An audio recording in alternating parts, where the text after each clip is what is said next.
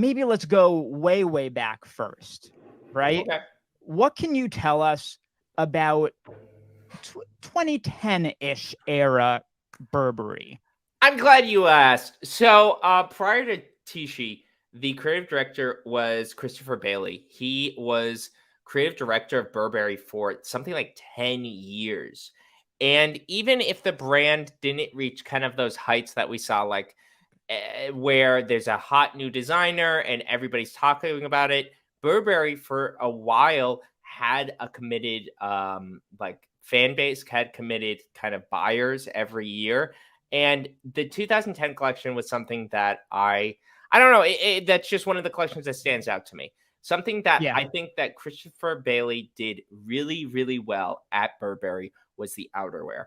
Naturally, a lot of Yeah. people, the first thing they think about Burberry, they think of the trench coats, and I think Bailey like harnessed that. And right This now, is like a fantastic interpretation yeah, of that outerwear, like the bomber aviator type stuff is super for 2010 incredibly modern take yes, on outerwear.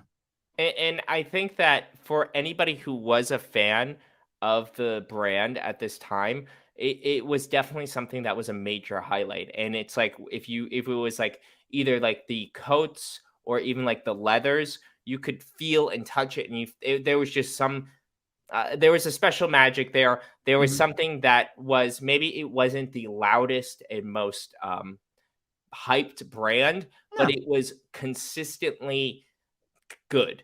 Yep. And just like right now on the screen, if you're listening, we're showing the 2010 collection. I think this is fall winter, Mhm. ready to wear.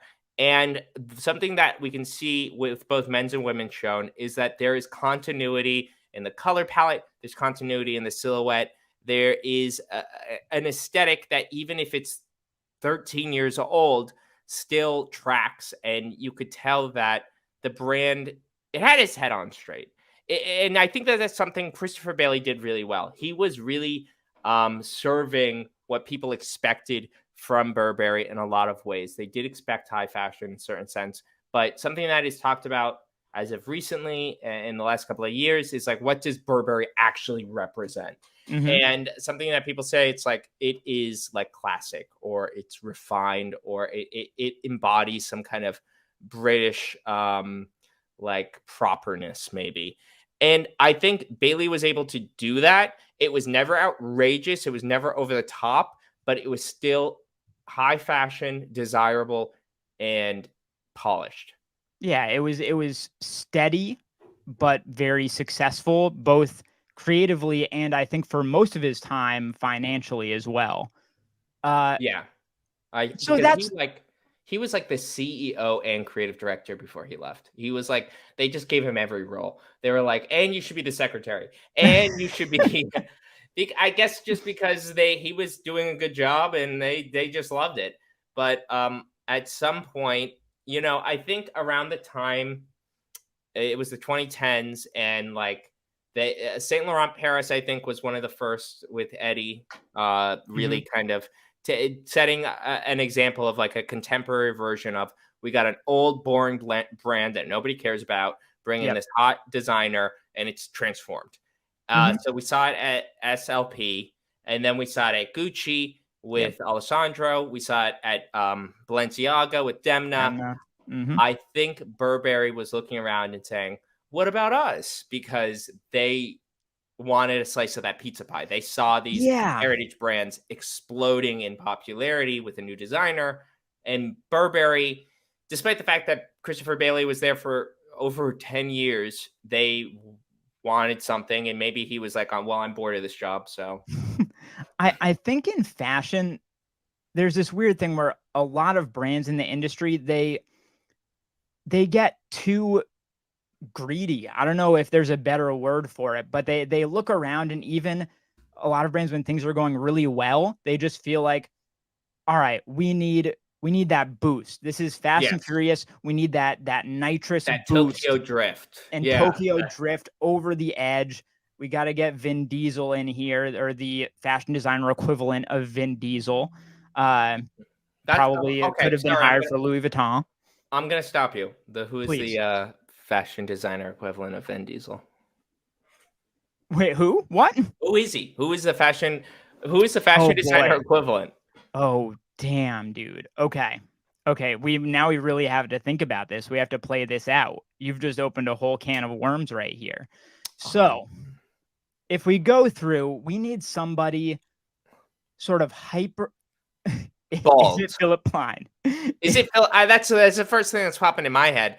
But Yeah, I don't know. Maybe that's giving Vin Diesel too little credit. I'm Um, thinking like hyper masculine, kind of tough. You know what I mean? yeah, yeah. But the thing is, there aren't too many of those types of designers out there. You Fashion know? doesn't exactly attract that kind of crowd. Yeah, not Um, so much. John Elliott, maybe. Uh, Interesting. I like. Oh, I like um, Mike Amiri. oh my God, Mike Mike Amiri Amiri. is the Vin Diesel It's of Mike fashion. Amiri. We figured it out. Yeah. Okay, we cracked Done. that nut. All right. Okay, sorry. Back to the topic. Back to the topic. So we let that. This was the perfect point to leave off though, because this is our turning point here, right? Because fashion across the board was having wild success with these much larger rebrands and rebirths and things like that. And Burberry wanted their piece of the pie, right? They're like, we've been doing well, we're happy, but we're not ecstatic. You know what I mean? We want to push this thing over the edge. And they brought in a hot prospect, formerly of hot. Givenchy, and they Givenchy. brought in Riccardo Tisci. Yes. So for anybody who's uninitiated, and I doubt that that's a lot of people, but Riccardo Tisci, in the 2010s, if I'm not mistaken, that's probably when he started. He did kind of a similar thing as Givenchy. It was a heritage brand.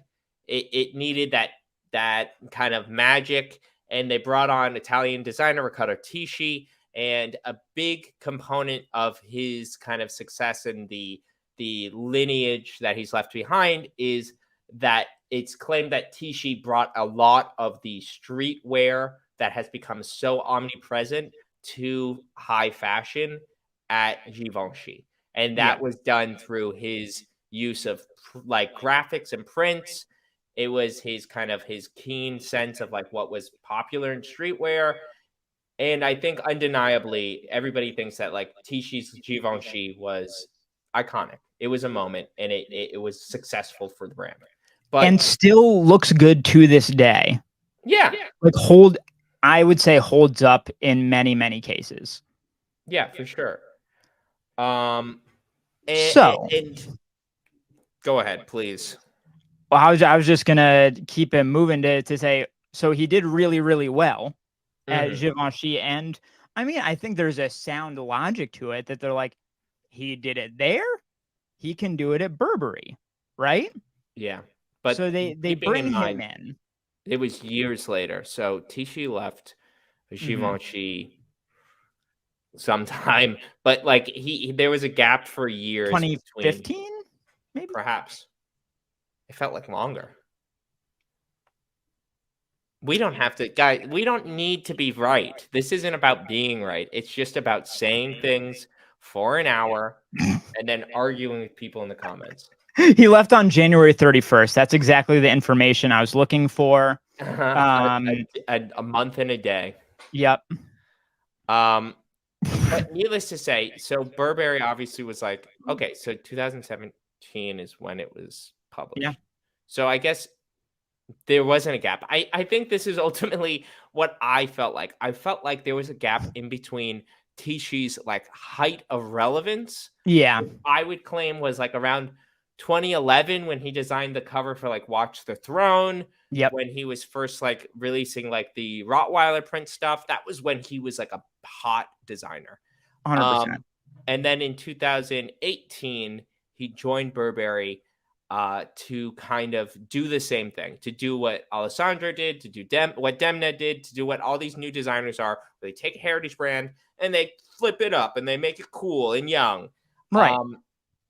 But I mean, from the jump, there was like a big disconnect because like Burberry, as we were just talking about, is considered very British, very classic, very proper. Tisci is Italian. That's totally different. The weather's different. They talk different. I think they do. I don't know. I mean, And there might be like a different language involved. I uh, don't know. It's all Europe, right? Or at least, yeah, there was that whole Brexit thing. So is it like really yeah. Europe? Is I it mean, Europe anymore? I Did don't know. Italy Brexit? Um. So, like, needless to say, Tisci was kind of a fish out of water. But they thought, Yeah. you know what? Let's bring this designer in because he did the cover for Watch the Throne, and this was before Kanye was completely canceled. So This was it when seems it like was a still believable that Kanye could potentially be picked to head up Louis Vuitton Louis before they Vuitton. picked Virgil. Yes, That's how relevant he he was was. within fashion. So, and by proxy, T-Sheet was relevant Yeah. just because of that. Anyway, needless to say, so they brought in this Italian designer who was known for making Givenchy streetwear, and they brought him to a brand that is known for being proper and for making trench coats. Yep. The results, but that. Well, I mean, it's all up for interpretation, but Sure.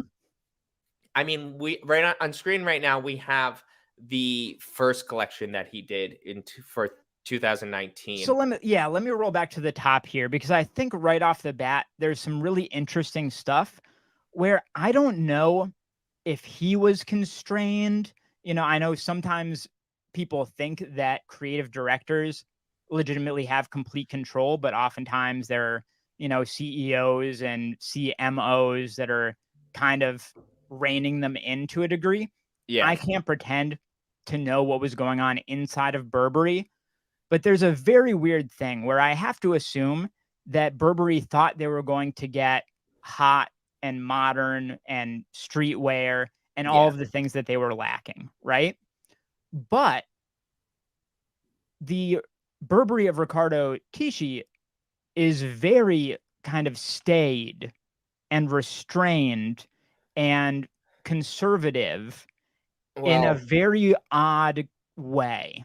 yeah, I think it's like this. So we're looking at some of the first collection, and I remember reading stuff about him saying that he wanted to do both, essentially. He Yeah, wanted to do the proper and he wanted to do what like the mad lads would want to wear. right. And my interpretation is that it just kind of and like I'm not a designer. I'm barely a person who speaks on a podcast, but my interpretation of like the first collection, if it's any kind of judge of the entire thing, was it felt unguided. It Mhm. felt like they were trying to do a lot of things and they didn't do any of those things really well.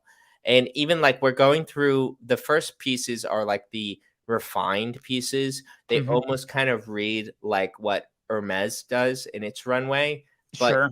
none of these looks are stunning to me. They're all conservative, but like not in any way that is meaningful or new or relevant. It just Right. kind of looks like different looks that you put together to wear at the office.